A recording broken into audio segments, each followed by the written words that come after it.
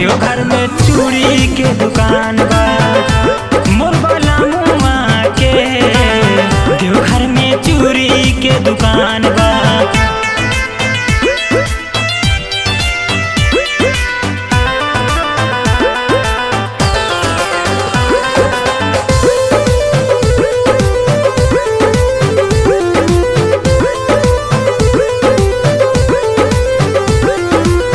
बहुत सुहावन लागे बाबा के नगरिया।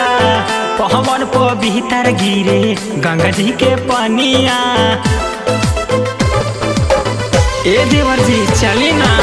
बहुत सुहावन लागे बाबा के नगरिया। पवन पवित्र गिरे गंगा जी के पनिया। कुछ नहीं होई प्रभु के ध्यान बा। कुछ नहीं होई प्रभु के ध्यान बा। मोर सजनावा के देवघर में चूड़ी के दुकान बा। मोर वाला मुआ के देवघर में चूड़ी के दुकान बा।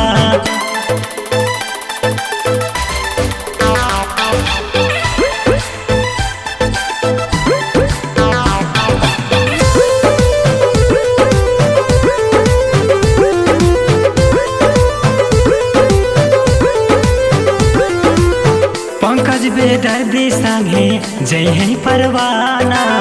डर के बात सुना अब कौन बाना। बुझला ए देवरू डर की बात नहीं खे। पंकज बेदर्दी संगे जय है परवाना। डर के बात सुना अब कौन बाना। बाबा भोला दानी के महिमा महान बा। बाबा भोला दानी के महिमा महान बा। मोर सजनावा के देवघर में चूड़ी के दुकान बा। मोर वाला मुआ के देवघर में चूड़ी के दुकान